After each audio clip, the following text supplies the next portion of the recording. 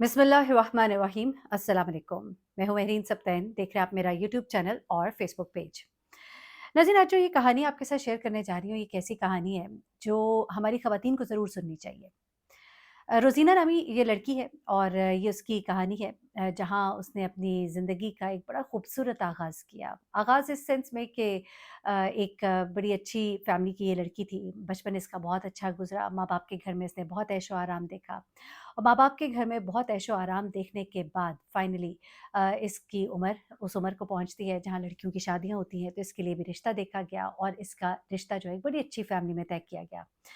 वही normal typical या routine वाली बातें आप जैसे सुनते हैं कि रिश्ता आया, शादी की तैयारियाँ हुई, शादी हुई, लड़की रुखसत होकर अपने ससुराल गई और उसके बाद उसकी ज़िंदगी का एक खूबसूरत आगाज़ होता है। खूबसूरत आगाज़ इस सेंस में कि शुरू-शुरू में लड़के जो हैं, बहुत से तो बहुत शुरू में ही अपने रंग रूप दिखा देते हैं और बहुत से कुछ शुरू में अपनी ज़रा एक कहते हैं ना कि असल को छुपा के रखते हैं।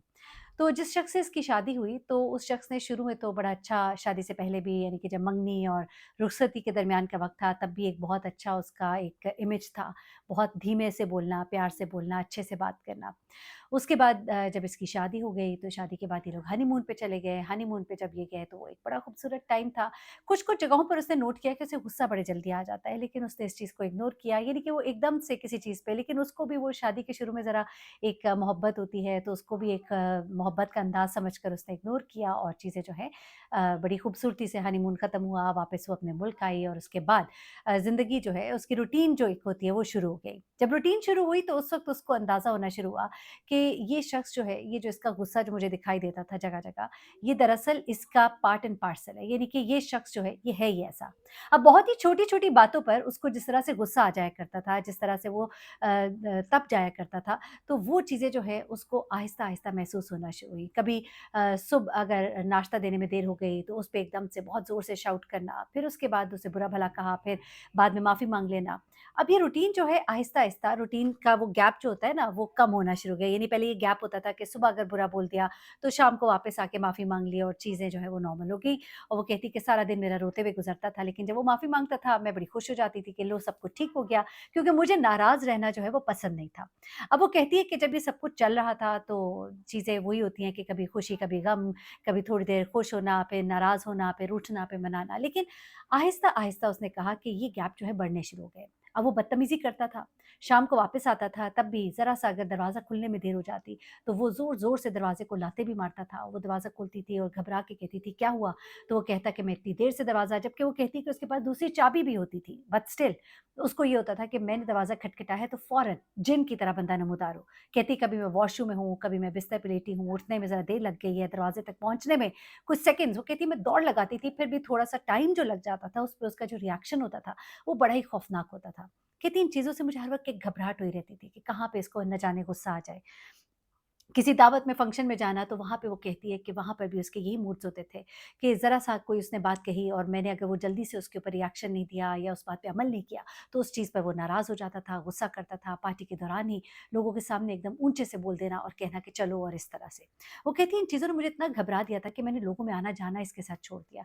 मैंने घर में ज़्यादा रहना और उसके बाद वो कहती है कि हर चीज़ पे भाग-भाग के उसकी चीज़ों को पूरा करना और इस घबराहट में बहुत सी चीज़ें जो सही हो रही होती थी, वो भी मुझसे गलत हो जाती थी।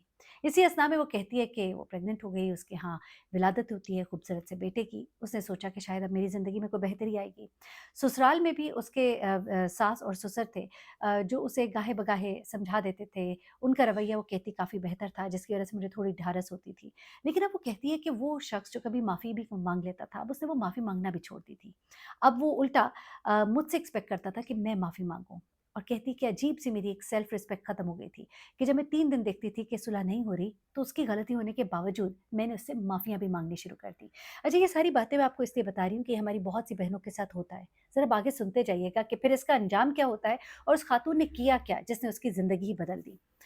अब जनाब होता ये है कि ये खातून जो है ये आहिस्ता-आहिस्ता इन चीज़ों को बर्दाश्त करती गई।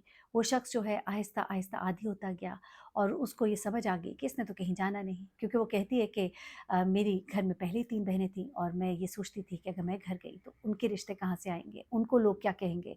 और यही सोच के मैंने सोच लिया था कि चाहे जो भी हो, मैंने इन्हीं हालात में गुज़ारा करना है। अब जब ये सब कुछ हो रहा था, वो ये सब कुछ बर्दाश्त कर रही थी और बर्दाश्त करने का नुकसान ये होना शुरू हुआ कि उस शख्स को समझ आ गई कि इसने तो कहीं जाना नहीं है और उसने उसे इतना फॉर ग्रांटेड लिया कि वो अब उसे कहता था कि दफ़ा हो जाओ मेरे घर से। जब घर से निकलता था तो ये कह के निकलता था और जब शाम को घर आता था और वो उसी घर में मौजूद होती थी, तो वो उसको कहता था, बड़ी बेशर्म हो, अभी तक गई नहीं। ये बातें सुन-सुन के वो कहती है कि मैं आहिस्ता-आहिस्ता साइकोलॉजिकली मैं इतना डिस्टर्ब रहना शुरू हो गई कि मुझे बात-बात पे गुस्सा आना शुरू हो जाता था। अपने बच्चे के ऊपर वो गुस्सा निकालती थी। मेरा दिल करता था मैं हर वक़्त रोती रहूँ, मुझे रात को नींद नहीं आती थी, मेरा सर, मेरे कंधे भारी रहते थे और मैंने अब बीमार रहना शुरू कर दिया था। वो कहती है जब मैं बीमार रहना शुरू हो गई, जिस मेरी तबीयत ख़राब रहना, सर में दर्द रहना, तो इस शख़्स ने मुझे ये कहना शुरू कर दिया कि तुम तो एक बीमार औरत हो। वो कहती है इस चीज़ ने मुझे इतना हर्ट किया कि अगर जब वो आता था तो मैं उसके सामने चाहे जितनी भी तकलीफ़ में होती, मैं उसे शो ही ना कराती कि मैं तकलीफ़ में हूँ और मैं उसके सामने हशाश-बशाश नज़र आने की कोशिश करती। कहती मैंने जितनी कोशिशें कर ली, सब बेसूद, सब बेफ़ायदा। तब मुझे अंदाज़ा हुआ कि ये शख़्स तो किसी भी बात पे खुश होने वाला नहीं। आखिर वो कहती है कि एक दिन मैं बैठी हुई थी, शाम का वक़्त था और ये अपने दफ़्तर से वापस आता है और सीधा अपने कमरे में चला जाता है। मैं पीछे-पीछे इसके जाती हूँ कि इसे पूछूँ कि तुमने क्या खाना है? मैं तुम्हें खाना लेकर आऊँ या जो भी जिस तरह एक रूटीन थी। तो वो कहती है कि मैं कमरे के बाहर ही एकदम मेरे कदम जो हैं वो रुक जाते हैं। मुझे ऐसी आवाज़ें आती हैं कि वो किसी के साथ बड़े ही रोमांटिक अंदाज़ में गुफ्तगू कर रहा था। वो कहती है कि औरत की एक सिक्स्थ सेंस भी होती है। मैं उसका अंदाज़ सुन के एकदम रुक गई और फिर मुझे एहसास हुआ कि वो किसी से कितनी मोहब्बत भरी बातें कर रही है, जितना उसने मुझसे तो कभी की ही नहीं, शायद शादी के शुरू में भी नहीं की। इस चीज़ ने वो कहती है कि मुझे बहुत तकलीफ़ दी, मैं उल्टे कदमों वापस चली गई। मैं बहुत देर दूसरे कमरे में जाके रोती रही। फिर मैं उठी और मैंने उसे जाके खाने का पूछा और उसको खाना दिया। रात को वो कहती है जब मैं सोने बिस्तर में लेटी तो मैंने सोचा कि ये मैं क्या कर रही हूँ? मैंने अपनी सेल्फ रिस्पेक्ट खो दी। मैं हर चीज़ इससे सुन लेती हूँ, हर बात इसकी गवारा कर लेती हूँ। लेकिन क्या मैं इस बात को भी बर्दाश्त करूँगी? वो कहती मेरे अंदर से आवाज़ आई और मैंने सोचा कि नहीं, अब बस बहुत हो गया। इसी अवस्था में वो कहती है कि मेरी तीनों बहनों की शादियाँ भी हो गई थी और वो अपने घरों की भी हो गई थी। मेरा बेटा जो है अब वो 4 साल का हो गया था। ये सब चीज़ें जो हमारे घर में चल रही थी इसी अवस्था में मैंने अपने बच्चे को इतना बड़ा कर लिया था कि अब वो स्कूल गोइंग हो गया था। वो कहती है कि मैंने अब फैसला किया कि बस अब बहुत हो गया। अब मैं ये बर्दाश्त नहीं करूँगी। कहती है अगले दिन मेरा शौहर जो है वो मेरे सामने ही गुफ्तगू करते घर में दाखिल हुआ, मुस्कुराते-मुस्कुराते कमरे में गया और मैं उसके कमरे में गई और मैंने उससे पूछा कि आप किससे बात कर रहे हैं? मेरे इस जुमले पर वो एकदम पलटा और मुझे गुस्से से देखा और फ़ोन बंद किया और मुझे कहा कि तुमने मुझसे किस अंदाज़ में गुफ्तगू की? तो वो कहती है कि मैंने उससे कहा कि मैंने उसी अंदाज़ में गुफ्तगू की जिस तरह से मुझे करनी चाहिए। आप किससे बातें कर रहे हैं? वो हैरान रह गया क्योंकि उससे पहले उसने मुझे कभी इस अंदाज़ में गुफ्तगू करते नहीं देखा था। वो कहती है कि मैंने बहुत कॉम्प्रोमाइज़ किया और वो सच कहते हैं कि जो इंसान दब के रहता है ना, बहुत दबना शुरू हो जाता है, तो उसको इंसान दबा ही चला जाता है। तो वो थोड़ा हैरान भी हुआ कि ये कभी मुझसे ऐसे भी बोल सकती है। लेकिन फिर उसने कहा कि मैं जिससे भी बात करूँ, तुम कौन होती हो? कहती मैं खामोश हो गई, मैं वापस कमरे में आ गई। अब मैंने सोचा कि मुझे क्या करना है। फिर उसके बाद उसने कहा कि मैंने फिर फैसला कर लिया कि अब मैंने यहाँ पे नहीं रहना। कहती कि मैंने अपनी माँ को फ़ोन किया, मैंने उनसे कहा कि मैं घर वापस आना चाहती हूँ। वो बड़ी परेशान हुई, हैरान भी हुई। उन्होंने कहा कि आज से पहले तो तुमने कभी ऐसी कोई बात नहीं की। फिर मैं फूट-फूट कर वो कहती है रो पड़ी और मैंने अपनी माँ को सब कुछ बताया। उन्होंने कहा कि तुमने कितना बर्दाश्त किया, तुम हमारे पास वापस आ जाओ। मैं कहती हूँ बहुत अच्छी बात है, माँओं को अपनी बेटियों का साथ देना चाहिए। गलत बात पे नहीं, लेकिन जहाँ पर अगर वो इतना दीवार से लगी हुई है, इतनी तकलीफ़ में है, अगर आप भी उनका साथ नहीं देंगे तो क्या वो खुदकुशी कर ले? क्या वो कहीं ऐसी जगह चली जाए जहाँ पर वो गैर महफ़ूज़ हों? तो फिर आप उनको अपने पास बुलाएँ ना, आपकी औलाद है। अच्छा उसकी वालिदा ने, उसके वालिद ने उसको अपने पास बुलाया और उसने अपनी माँ से कहा कि मैं अपने बच्चे को सँभाल सकती हूँ, जिस स्कूल में वो पढ़ता है, मैं वहीं पे जॉब करूँगी। अच्छा अब जब ये अपना सामान बाँध रही थी, तो इसका शौहर जो है सुबह के वक़्त जब वो आया मतलब ऑफ़िस के लिए जा रहा था, तो वो कहती है कि मैंने उसको बताया कि मैं अपने माँ-बाप के घर जा रही हूँ। उसने कहा तुमने मुझसे पूछा नहीं? उसने कहा मैं आपको बता रही हूँ, मैं घर छोड़ के जा रही हूँ। मैंने आपके मैसेजेस पढ़ लिए हैं, आपका अंदाज़ देख लिया है, मुझे पता है आप किसी और में इंटरेस्टेड हैं। मैं आपके हर रवैये को बर्दाश्त करती रही, लेकिन अब मुझसे बर्दाश्त नहीं होगा। उस शख्स ने उसको गुस्से में बुरा-भला कहा और उसने यही समझा कि शायद ये सब मज़ाक है। वो चला गया। जब वो शाम को दफ्तर से घर आया तो घर खाली था। लड़की अपने बच्चे को लेकर अपने माँ-बाप के घर चली गई थी। उसने उसको फ़ोन किया और कहा कि तुम फ़ौरन वापस आ जाओ वरना मैं तुम्हें तलाक दे दूँगा। वो कहती है कि मैं इस बात का सोच तो नहीं रही थी। मेरे गुमान में नहीं था कि वो इतने जल्दी ये बात कर देगा। जब उसने ये जुमला बोला तो मेरे पाँव तले ज़मीन निकल गई। मैंने फ़ौरन फ़ोन रख दिया कि ऐसा ना हो कहीं वो मुझे फ़ोन पर ही तलाक ना दे दे। कहती है फिर मैंने पूरी रात बहुत सोचा, बहुत सोचा। फिर मैंने अपनी एक दोस्त से बात की और उसने मुझे एक बात समझाई। उसने कहा कि आज तुम कमज़ोर पड़ गई, तो फिर ये तुम्हारे साथ सारी ज़िंदगी होता रहेगा। आज मज़बूत हो जाओ, या आर या पार। वो फ़ैसला करता है तो करने दो। औलाद उसकी भी है, औलाद तुम्हारी भी है। अगर उसको ये ज़िंदगी नहीं प्यारी, तो फिर तुम भी अपने बच्चे के लिए स्टैंड लो और अपने लिए स्टैंड लो। अपनी इज़्ज़त-ए-नफ़्स का इतना सौदा मत करो। वो कहती है मैंने बहुत सोचा, बहुत सोचा। अगले दिन मेरे मियाँ का फिर फ़ोन आया और मैंने फ़ोन उठाया और बड़े ही हौसले और बड़े ही कॉन्फिडेंस के साथ मैंने उसे कहा कि मैंने फ़ैसला कर लिया है, मैं उस घर में नहीं आऊँगी जहाँ मेरी इज़्ज़त नहीं। उसने कहा कि मैं तुम्हें तलाक देता हूँ। वो कहती है मैंने जैसे ये सुना, मुझे ऐसे लगा कि जैसे मेरे सर पर आसमान फट गया हो।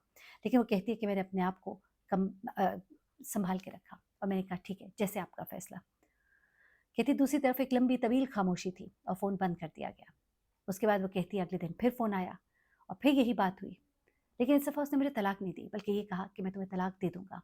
उसने कहा आपने एक दफ़ा दे दी, आप बेशक दे दीजिए। मुझे अब कोई परवाह नहीं।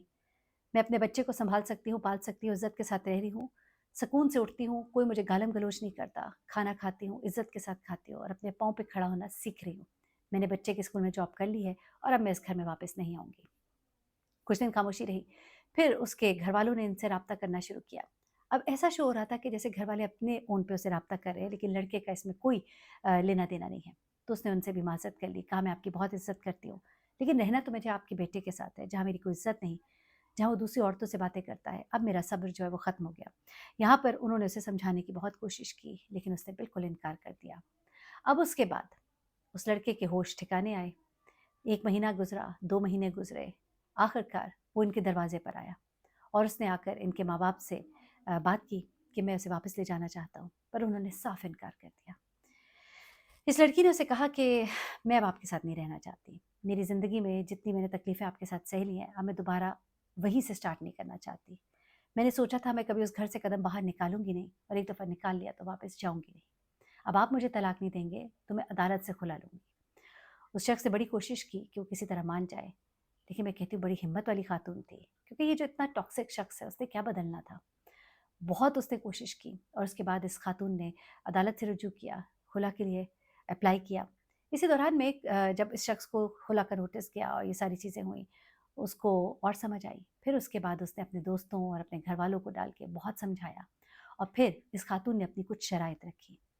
उसने कहा मैं इन शर्तों के बगैर वापस नहीं आऊँगी और मैं समझती हूँ उसने बहुत अच्छा काम किया। उन शराइत में एक बात ये भी थी कि अगर अगली बार इस घर से कोई निकलेगा तो आप निकलेंगे। ये घर मेरे और मेरे बेटे के नाम होगा। दूसरी बात ये कि अब अगर आप मुझे तलाक देंगे, तो आप मेरा हक महर जो कि उस वक़्त लिखा गया था, उससे 10 गुना ज़्यादा अदा करेंगे। ये शराइत जो है वो पहले सुन के चकरा गया, लेकिन शायद अब बेटे की मोहब्बत और बीवी की वफ़ादारी और बीवी की खिदमत उसे याद आने लगी थी। उसने उससे माफ़ी माँगी, सब शराइत लीगल तरीके से लिखी गई और उसके बाद वो खातून अपने घर वापस आई। और वो दिन और आज का दिन वो कहती है कि मेरे शौहर का रवैया मेरे साथ बहुत बदल गया है। उसे इज़्ज़त करनी आ गई है, उसे तमीज़ आ गई है। इसकी वजह शायद वो शराइत भी है और शायद वो सबक भी है जो मैंने उसको सिखाया। रोज़-रोज़ का आना-जाना कदर खो देता है, लेकिन जब उसने एक फ़ैसला किया तो उसने फिर किसी चीज़ का भी डर और खौफ़ नहीं किया और आज वो अपनी ज़िंदगी में बहुत खुश और मुतमईन है। ये कहते हुए मैं ये ज़रूर कह दूँ कि हर एक के साथ ऐसा नहीं होता। कई लोग बहुत स्टबर्न होते हैं, कई लोग कभी भी सीधे नहीं होते। तो उनके लिए यही मेरा मशवरा है कि जिस तरह इस खातून ने एक पक्का फ़ैसला किया, तो फिर कड़वा घूँट भर लेना चाहिए। अल्लाह ताला जो है वो मुसब्बिबुल अस्बाब है, वो राज़िक है, वो करीम है, वो रहीम है, वो रास्ते बनाता है। दुनिया आपको नहीं पालती, रब की ज़ात आपको पालती है। अपना बहुत ख्याल रखिएगा, दुआ में याद रखिएगा। अल्लाह हाफ़िज़।